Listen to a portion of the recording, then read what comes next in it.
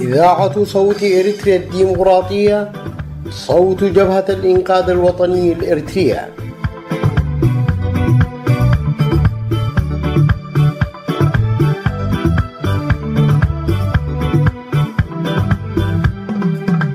صوت إريتريا الديمقراطية صوت من أجل إرساء قيم الحق والعدالة والديمقراطية في إريتريا.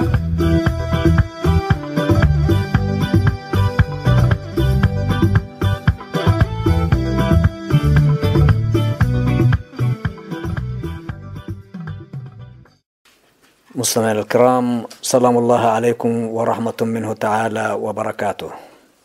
نحييكم من صوت إريتريا الديمقراطية، صوت جبهة الإنقاذ الوطني الإريترية، وكل عام وشعبنا الإريتري بخير. نرحب بكم ونتمنى لكم وقتا طيبا مع فقرات برامج اليوم، والتي تتضمن تقريرا إخباريا عن اللقاء الجماهيري لمسؤول مكتب الشؤون السياسية والتنظيمية لجبهة الإنقاذ الوطني الإريترية في هولندا. تليه كلمة الهيئة التنفيذية في الذكرى 27 للاستقلال، ثم كلمة صوت إريتريا الديمقراطية في ذكرى الاستقلال تحت عنوان الاستقلال فرحة لم تكتمل بعد. ثم نقدم لكم كالمعتاد حلقة أخرى في برنامج في حضرة الوطن، تتخلل فقرات برامجنا أغاني وأناشيد وطنية بمناسبة ذكرى الاستقلال. وقتا ممتعا نتمناه لكم مع فقرات برامج اليوم.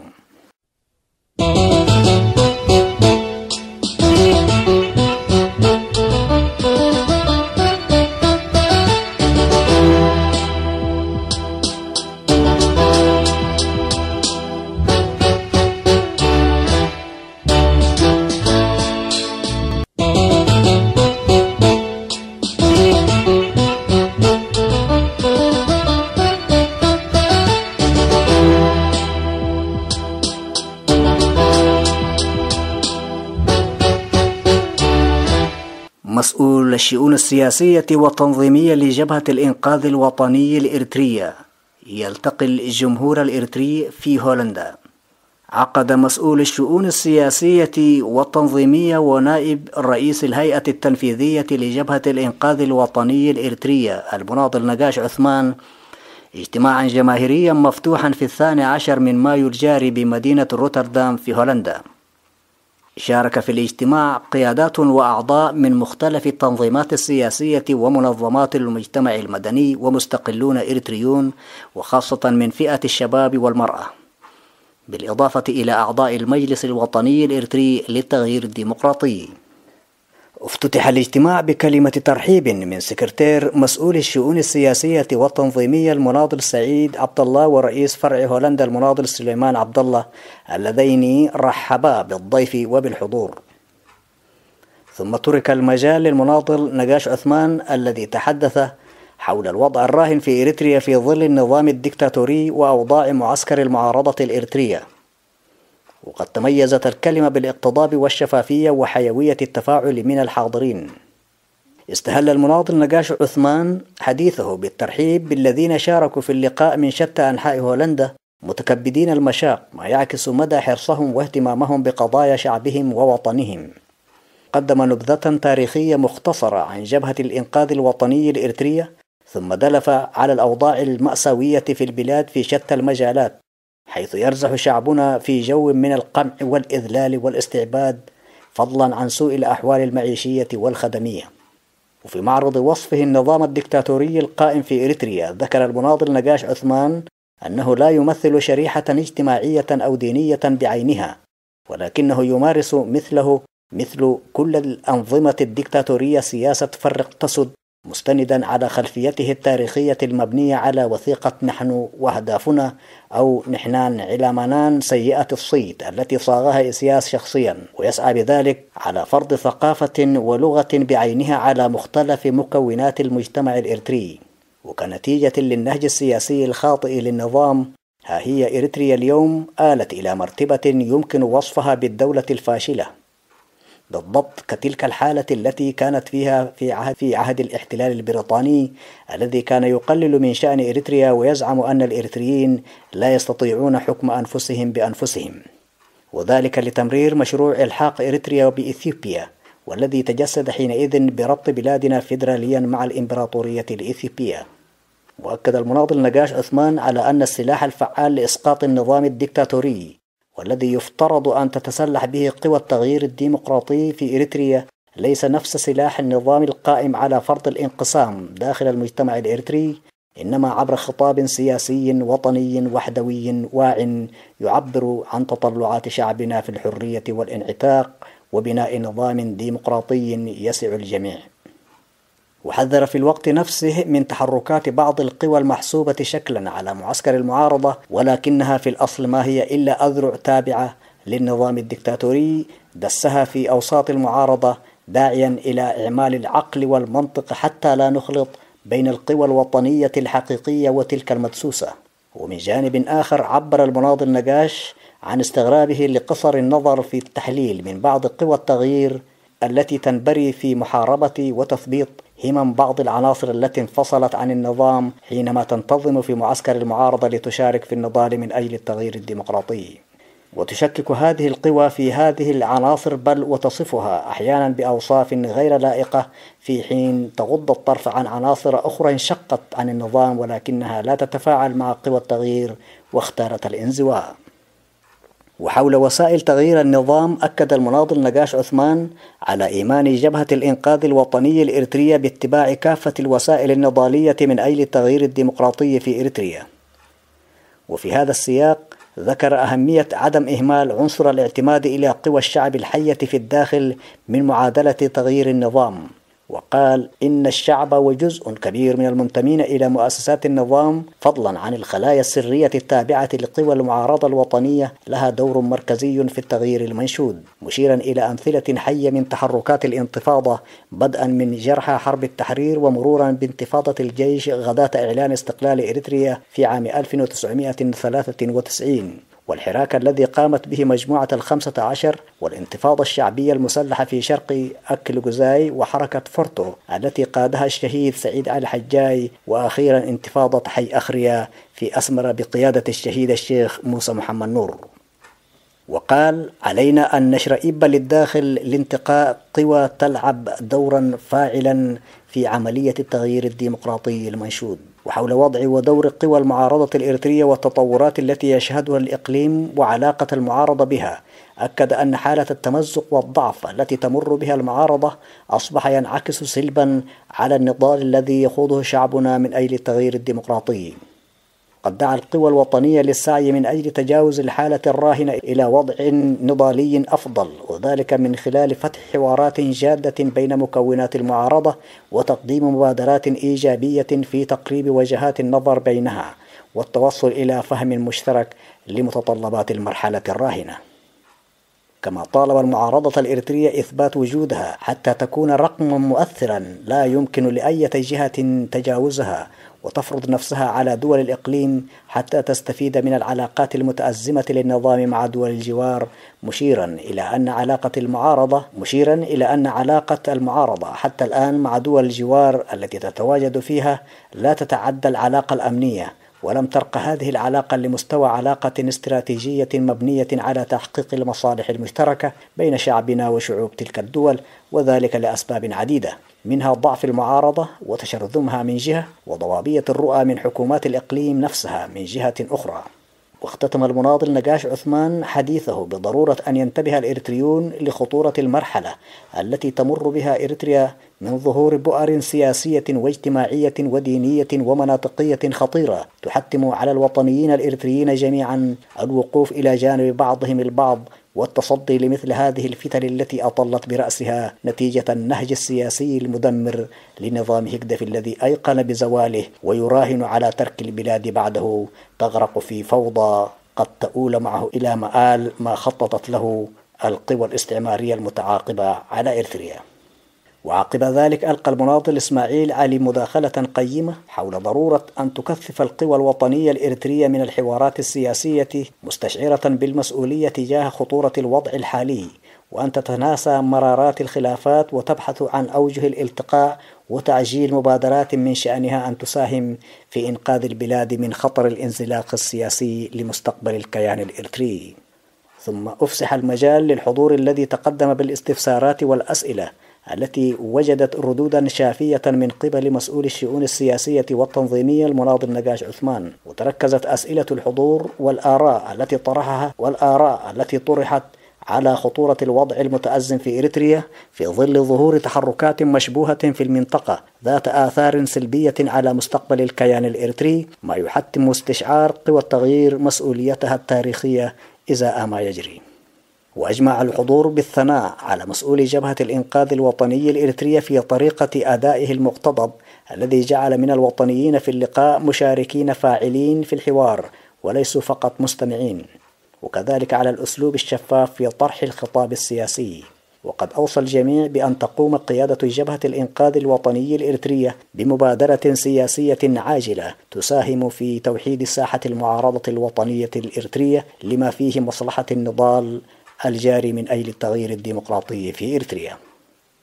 هذا ويقوم وفد قيادي آخر لجبهة الإنقاذ الوطني الإريترية برئاسة المناضل الدكتور يوسف برهانو رئيس الهيئة التنفيذية للتنظيم بزيارة عمل إلى أمريكا الشمالية، حيث التقى بالجماهير الإريترية وقواعد الجبهة هناك. مع تحيات مكتب الإعلام والثقافة لجبهة الإنقاذ الوطني الإريترية.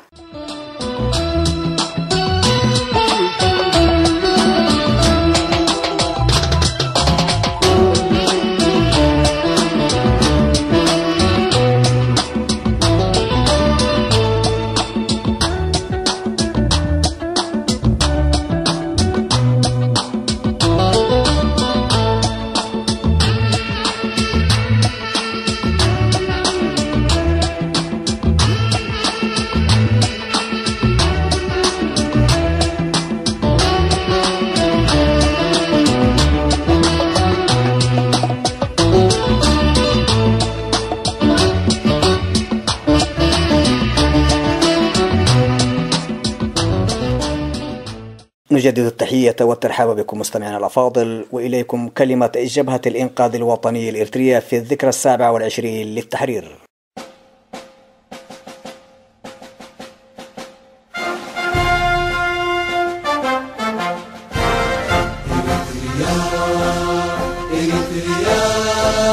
إريتريا قد داحرت بغيظهم أعدائها وتوجت بالنصر تضحياتها.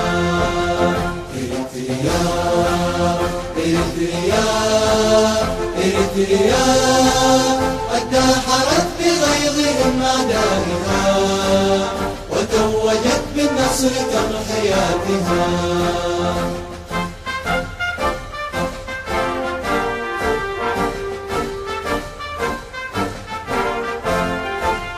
على الأهداف عبر بالعبور واسمها معجزة الصمود وخلقها بين إريتريا قد برهنت أن العلا لها. إريتريا تبوأت مكانها بإصرارنا الذي جنى التقدير سننجز البناء والتعمير لتزدهر وتلمس الوقار. تعهدنا أن نسمو إريتريا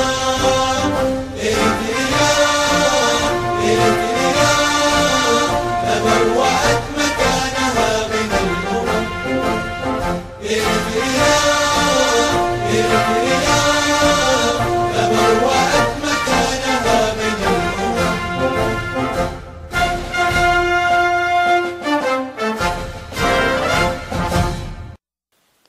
يصادف يوم 24 ذكرى يوم تحرير التراب الوطني من الاحتلال الإثيوبي، وتمر الذكرى 27 للتحرير كسابقاتها، وشعبنا لا يزال يرزح تحت نير حكم ديكتاتوري جائر. وبعد كل هذه السنوات في ظل الاستقلال المفترى عليه، يجد شعبنا نفسه أمام مفترق طرق بين أن يكون أو لا يكون، جراء سياسات العصابة الديكتاتورية الحاكمة وبعض الأطراف التي تحاول تمزيق وحدته وتبديد سيادته الوطنية. لن نجتر مرارات الحرمان والذل والكبت واللجوء وامتهان الكرامة والفاقة والعوز والخوف والاغتيالات والاعتقالات والحروب والسجون التي يرزح فيها شعبنا، والتي فاقت التصور، ويصعب أن تجد لها نظيرا حتى في ظل سنوات الاستعمار البغيض. ولن نذكر تفاصيل المعاناة التي يعيش فصولها شعبنا لحظة بلحظة ويوما بيوم وعاما بعد عام، وإنما نود هنا أن نذكر العصابة ومن خلفهم والذين يمارسون كل هذا الكم من الانتهاكات لإيصال شعبنا إلى معادلة قاسية تجبره إلى الردة الوطنية والحنين إلى سنوات الاحتلال كخيار بديل للواقع المأساوي الذي يعيشه في ظل النظام الديكتاتوري. نقول لهم بصوت وطني واثق أنكم واهمون، فشعبنا برغم مرارات الواقع واللحظة لن يخون ولن ينسى تضحيات مئات الآلاف من الشهداء والجرحى والأرامل والأيتام واللاجئين، ومئات القرى التي أحرقت، والإبادة الجماعية التي مارسها المستعمر البغيض تحت شعار نريد أرض إريتريا وليس شعبها. وعلى ذات المنوال يسير الدكتاتور وعصابته، فيحاول إفراغ البلاد من مواطنيها وترحيل بعضهم من أراضيهم وتمليكهم أراضي غيرهم لخلق فتنة بين مكوناته.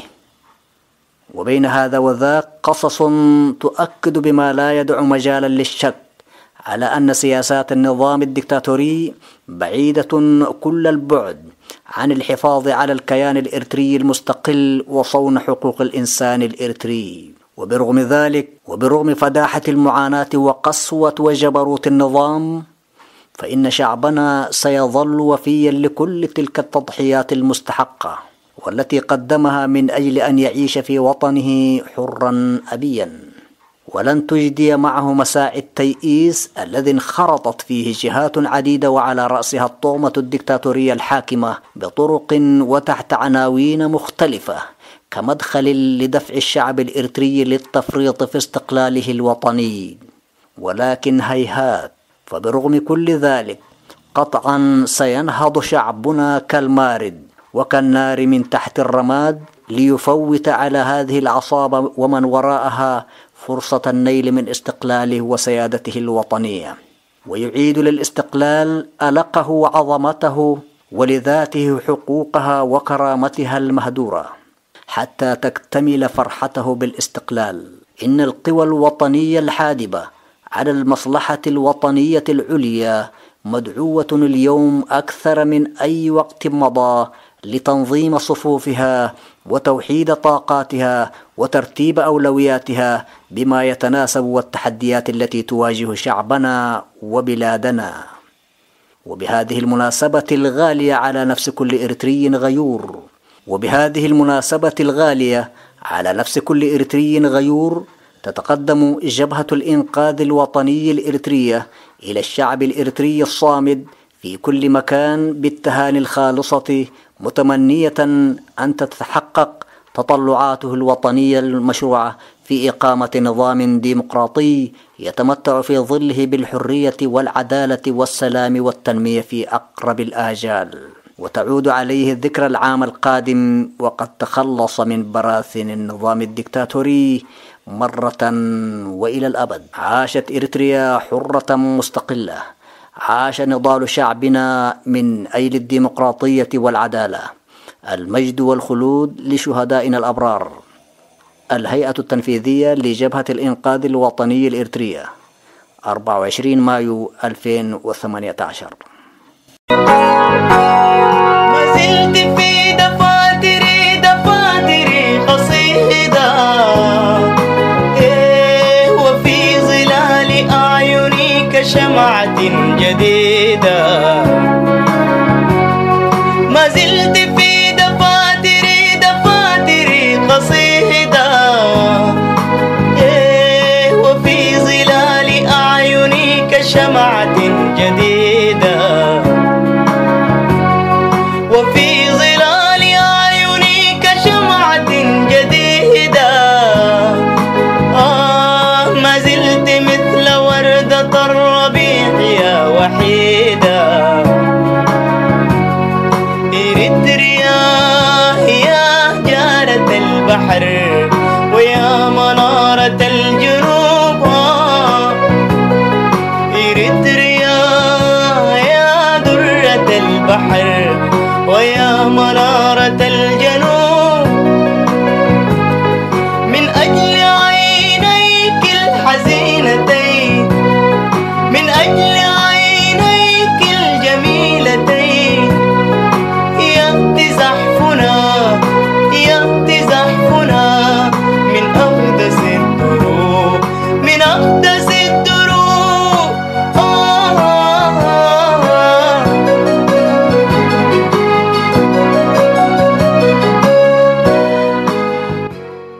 كلمة صوت إريتريا الديمقراطية في ذكرى الاستقلال تحت عنوان الاستقلال فرحة لم تكتمل بعد. تتقدم أسرة صوت إريتريا الديمقراطية بأحر التهاني وأطيب الأمنيات إلى كافة أبناء شعبنا الصامد والصابر بمناسبة الذكرى 27 للاستقلال المجيد. وفي ذات الوقت الذي تهنئ فيه بهذه المناسبة تدرك أن الاستقلال يمثل لشعبنا في هذه اللحظة فرحة لم تكتمل بعد، مع إيمانها العميق بأن تلك الفرحة المؤجلة ستكتمل يوما وقريبا.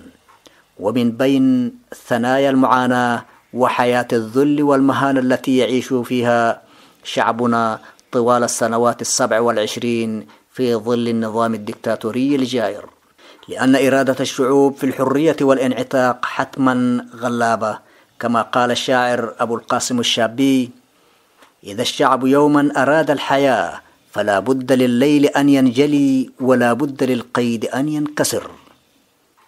فنحن واثقون كل الثقة بأن فجر الحرية على شعبنا سينبلج لا محالة، وأن الفجر آت وكل آت قريب، وكل عام وشعبنا الإريتري بألف خير. صوت إريتريا الديمقراطية، صوت جبهة الإنقاذ الوطني الإريترية.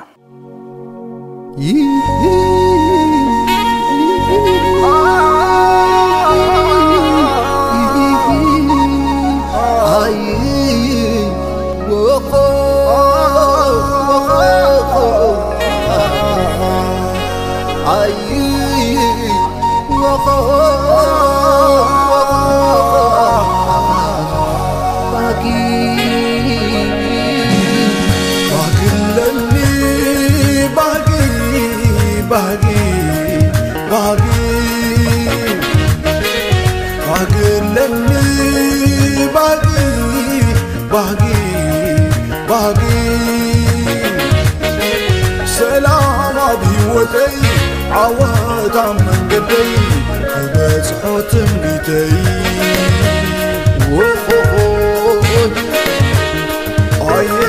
بهجي لبي بهجي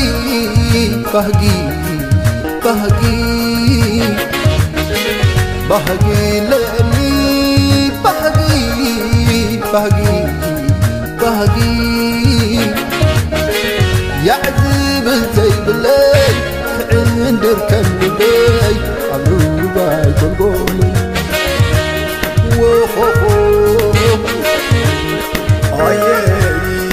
صحيح حساب كون دبنا برهان كل حال بدت كزانا حشخ بالله ملء عودي صدرا خدتك عدم أدي بهجي لي باهي يخون ريقلي حرايدو حرايدو حرايدو عالمي حرايدو هابني تعم كل عمد عقلني نبرز اللوزن زاليتين وانك دكسا وفي ريبتيك ملسا حرايدو حرايدو عالمي برني حرايدو ماني مون زعريك مايه سوك عكوش لغي حوايه عالمي برني حرايدو هابني سلامي باقي حدنت يا حيري كمل كازاندري فتحو انتظاري تسلام تنفس رهوة خلص تنفس حدنت يا واحد حنتيات الليتي هنقوز بلا عمري رهوة سلام بيتي سلام كسلامي هادي خدلتي حتى يوقف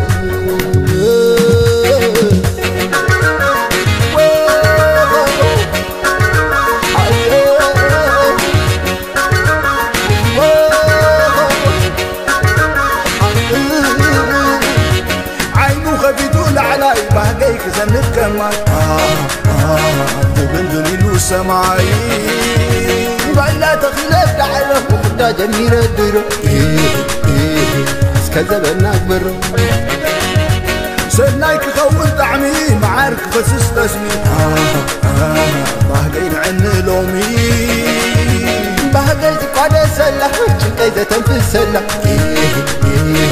ربا ايا زلح فوق رادي سماي ولا ذيب العلاي تدورك تحتاج سلام بالله يسدرك سلام كله وقل سناي من بعلم لا لا لا لا لا يا يا يا يا ما كراي وكيل وفتاز رخبرها ولا ينوح قوان حنت مع الدلال حاجة بسما حاجة بندري تطعنا تراي هبن فتاري فتلف حسكا قمت صغر ريخا سنين تتفاسني كاتنعال نيل صحيو تمنيت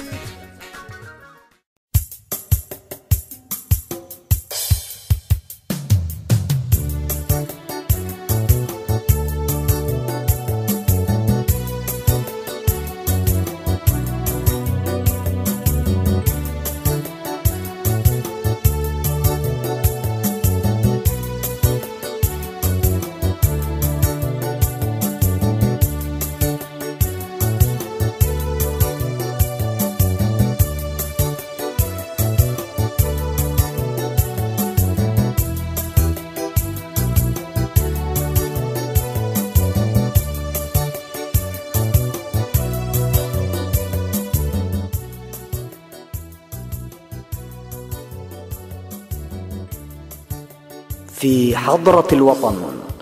في حضرة الوطن برنامج يتناول مكانة الوطن وما يمثله من تطلعات وآمال للأفراد والشعوب والأمم، وما يعتري تلك التطلعات والآمال من التحديات، ومع ذلك لا بديل عنه.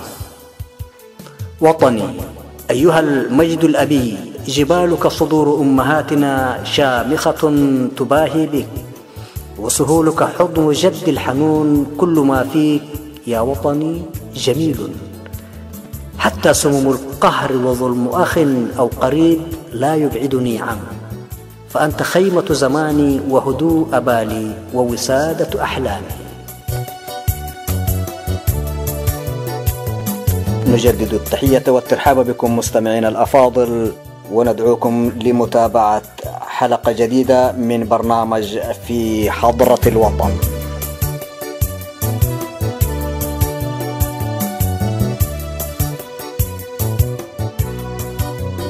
وطني أنت ما دمت في الحياة حياتي، فإذا ما رجعت للظلمات واستحالت جوارحي ذراتي، فلتقل كل ذرة من رفاتي عشت وعاشت بلادي، ولتقل كل نفحة من ندي، ولتقل كل دمعة في خد، ولتقل كل غرسة فوق لحدي، وليقل كل شاعر من بعدي عشت وعاشت بلادي. رب ليل سهرته للصباح حائرا بين عسكر الأشباح، ليس لي مؤنس سوى مصباحي، ونداء الملاح للملاح، وصراخ الزوارق الليلية تتهادى في السير كالملكات، أو كسرب النعام في الفلوات، مقبلات في النهر أو رائحة تحت ضوء الكواكب الزاهرات، فوق ماء كالبردة اليمنية تتمشى في صفحتيه النسائم، فترى الموج فيه مثل الأراقم يتلوى وتارة كالمعاصم. ليتني كنت نسمة شرقية هجع الناس كلهم في المدينة، وتولت على المكان السكينة، وجفوني بغمضها مستهينة، لا ترى غير طيف تلك الحزينة، لست أعني بها سوى بلادي. ذاك ليل قطعته أتأمل رسمها الصامت الذي ليس يعقل، وبناني مع خاطري تتنقل بين هذا الحمى وذاك المنزل والربا والخمائل.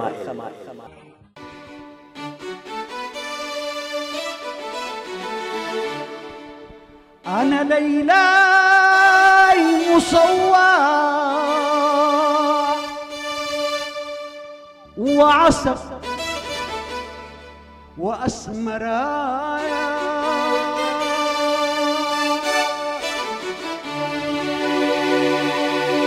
أنا ليلى مصوى وعسف وأسمرايا،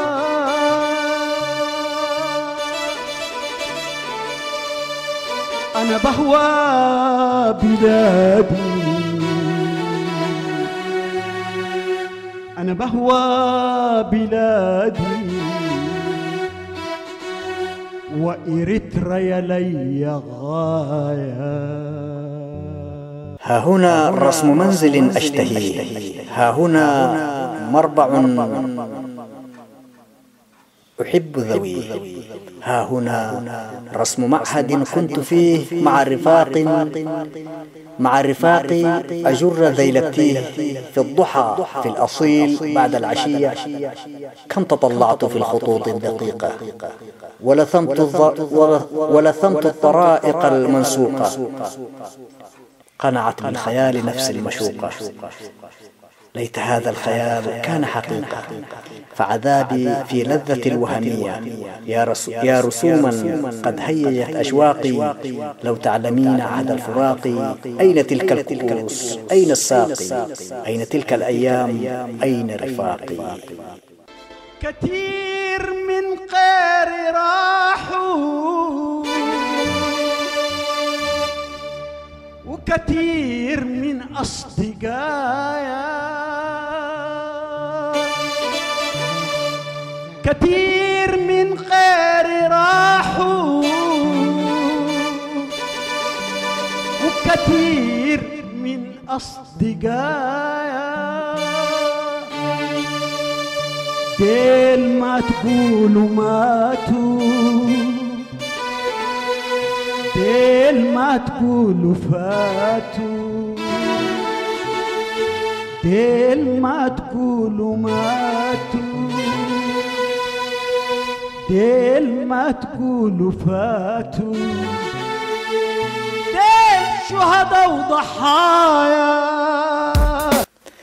أيا أحلام الحسان البهية، يا رسوم الربوع والأصحاب، بحياتي عليك بالأحباب. أخبرني فقد عرفت مصابي، أترى عائد زمان التصابي، أم طوته عنا الأبدية؟ سبقتني دنيا أرادت لحافي، فأنا الآن آخر في السباق، نصف عمري نصف الباقي، كرثاء الأوراق للأوراق، يبس الأصل والفروع ندية. ما تراني إذا تغنى الشادي، ومضى في الغناء والإنشاد، فأطار الأسى عن الأكباد. أحسب العود في يديه ينادي أيها القوم أنقذوا بلادي. قسما بجمال بلادي هنا أحببت عيونك يا ريت يا ريت يا ريت.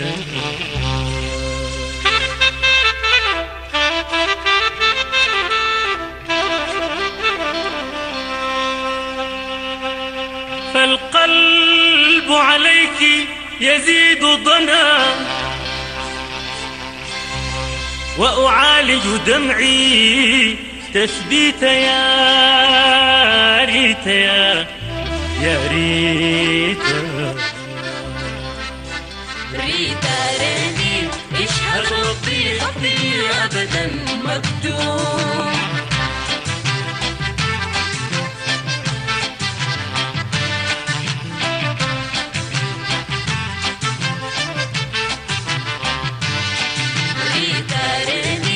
اشهد ربي حبي أبدا مكتوب.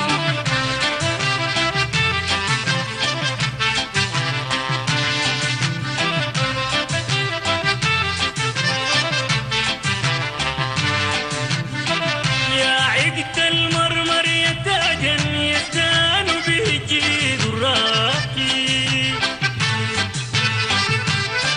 يا عقد المرمر يا تاجا يزدان بالجيد الراقي. يا قصة شعب أريتريا يا وهج الثورة الدفاقي. ريتا ريني اشهد ربي حبي أبدا مكتوب.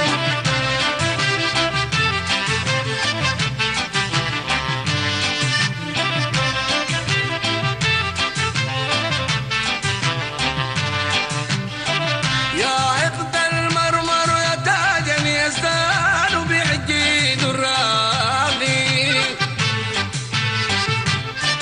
يا عقد المرمر يا تاجا يزدان به الجيد الراقي.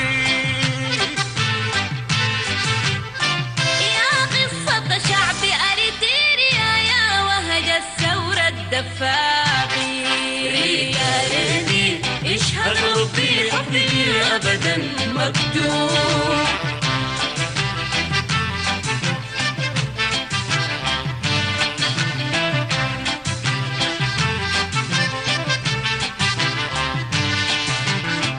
هل تذكري أسمر يا ريتا إذ كانت تحلو الأزمان.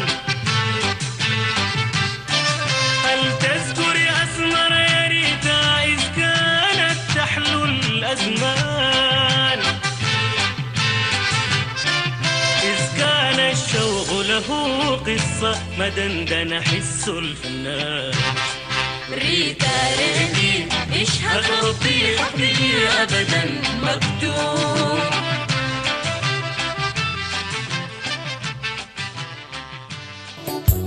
إذا ما جلست تحت الظلام أرقب البدر من وراء الغمام. رن في مسمعي فهز عظامي شبه صوت يقول للنوام أيها القوم أنقذوا بلادي.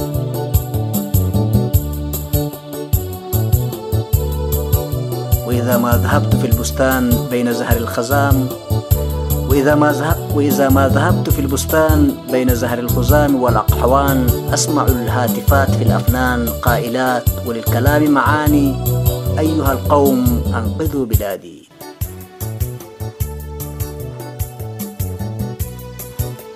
وإذا ما وقفت عند الغدير حيث تمشي الطيور خلف الطيور خلت أن الأمواه ذات الخرير قائلات معي لأهل الشعور أيها القوم أنقذوا بلادي.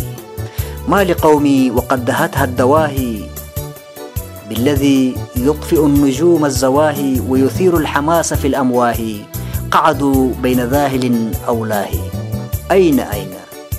أين الحفيظة الوطنية؟ هي أم لكم وأنتم بنوها. حفظت عهدكم فلا تنكروها. أنتم أهلها وأنتم ذووها. لا تعين بالصمت من ظلموها، ذاك علم على النفوس الأبية.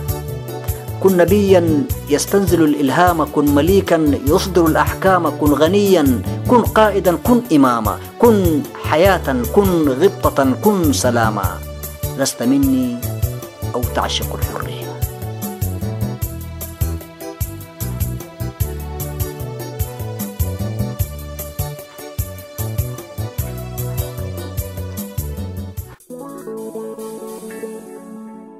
أنت حزبي إريترا، حزبي إريترا،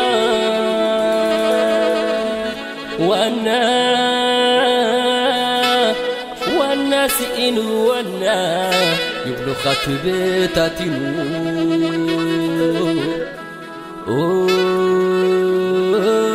حزبي إريترا.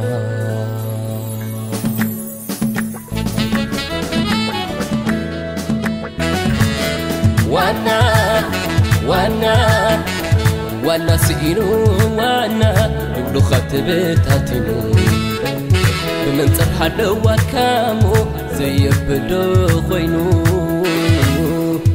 وعلك حدير كاغن وانا ديخا بعليخا وانا كذا رأسو كم نايت ماليخا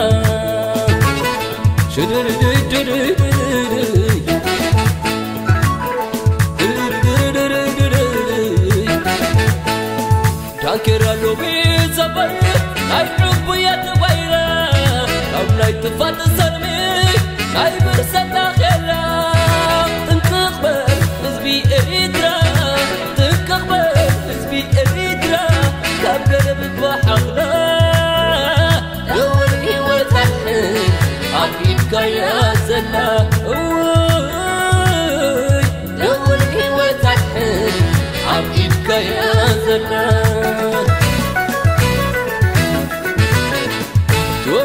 فاتو دانكرا زخانيو ولودن ولادن زبوانيو من كوينو منعها خدانيو نسخا غصغن سمز زانيو نسخا غصنتن سمز قنيو فلوتو حزبي إريترا، فلوتو حزبي إريترا.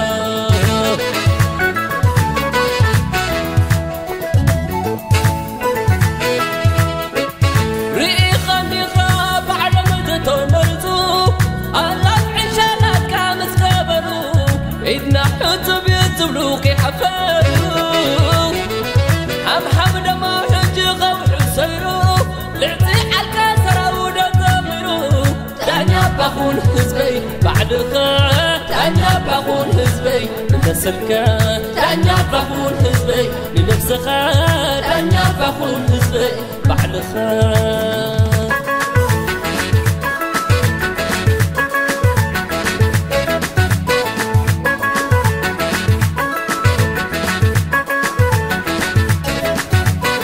تباهينو نيو وطوع مسعدمي وشتو مسحن حني تحازني بلو صور مسخلي عقلو قبارن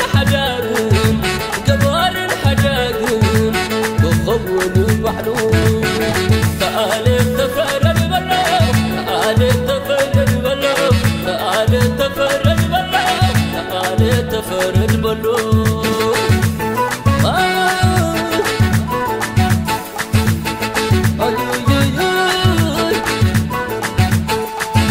ثم لقام عبد خبيني همون تنفس سبحة خمس علامات اتكجا قرعت كاذب قلوب أبسطها تعاطي مزلة دنيا بخل حزبي دنيا ميزان فري دنيا خل حزبي بايتوجك عدي دنيا خل حزبي دنيا ميزان فري بايتوجك عدي بعد خان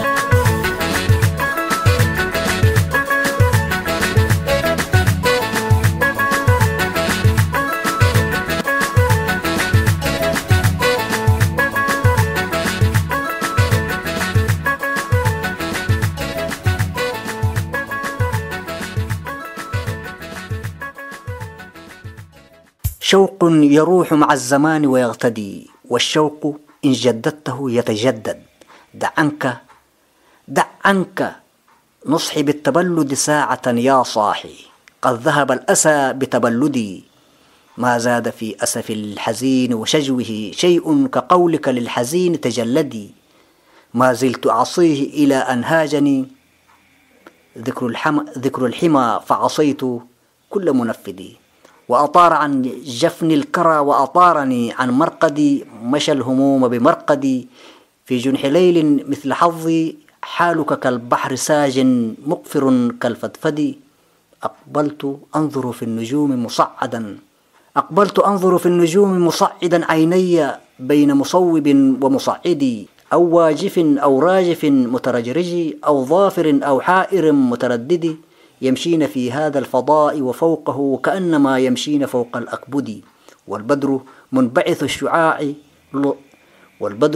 منبعث الشعاع لطيفه صاف كذهن الشاعر المتوقد. ما زال ينفذ في الدجى حتى استوى فيه، فيا لك أبيضا في أسود. والشهب تلمع في الرفيع كأنها أحلام أرواح الصغار الهجد. ينظرون عن كثب إليه خلسة، نظر الملاح إلى الغرير الأمرد. فمن نام ملء جفونه والكون يشهد مثل هذا المشهد. رأيتني فوق الغمام محلقا في الأفق ما بين السهى والفرقد. فسمعت صوتا من بعيد قائلا: يا أيها السار مكانك تجمدي. ما دمت في الدنيا فلا تزهد بها، فأخو الزهادة ميت لم يلحد. لا تقنطن من النجاح لعثرة، ما لا ينال اليوم يدرك في غد. كم آكل ثمرا سقاه غيره دمه، وكم من زارع لم يحصد. كم آكل ثمرا سقاه غيره دمه، وكم من زارع لم يحصد.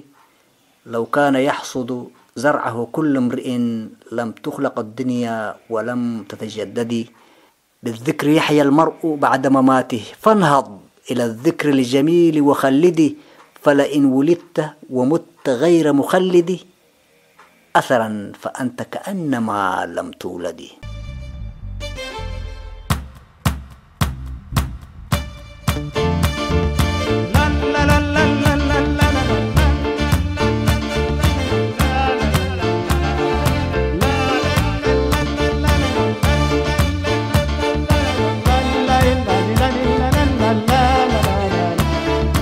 شعبنا المقوار يا زحفنا الجبار، يا شعبنا المقوار يا زحفنا الجبار.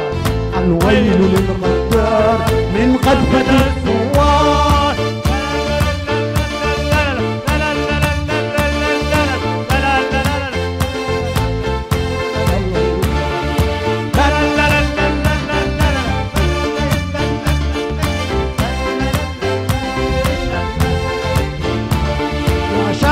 المقوار يا زحفنا الجبار، يا شعبنا المقوار يا زحفنا الجبار. الويل للغدار من غضبة الثوار.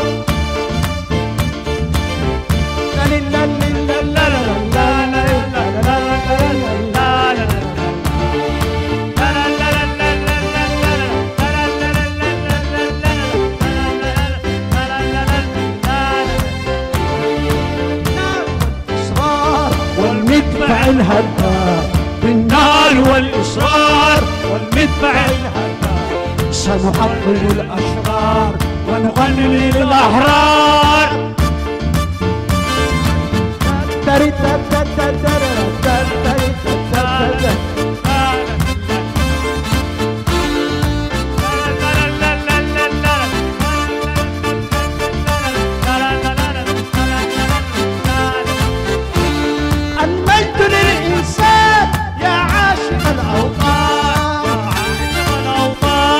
العزم والإيمان سنقاوم الطغيان.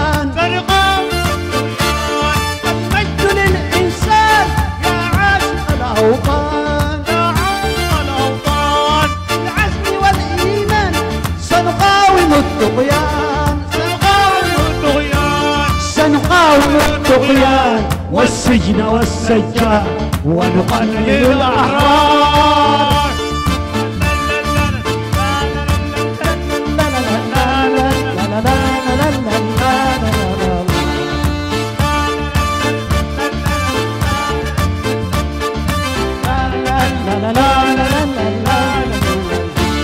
بالعزم والإيمان سنقاوم الطغيان،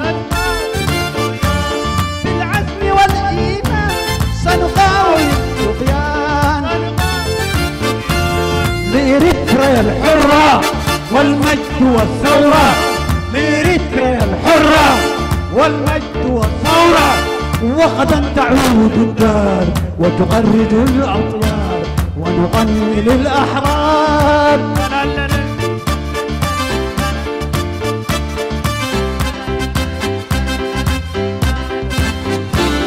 يا شعب المغوار يا زحفنا الجبار، يا شعبنا المغوار يا زحفنا الجبار.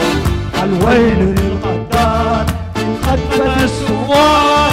يا شعبنا المغوار يا زحفنا الجبار، يا شعبنا المغوار يا زحفنا الجبار. الويل للغدار من خطبة الثوار.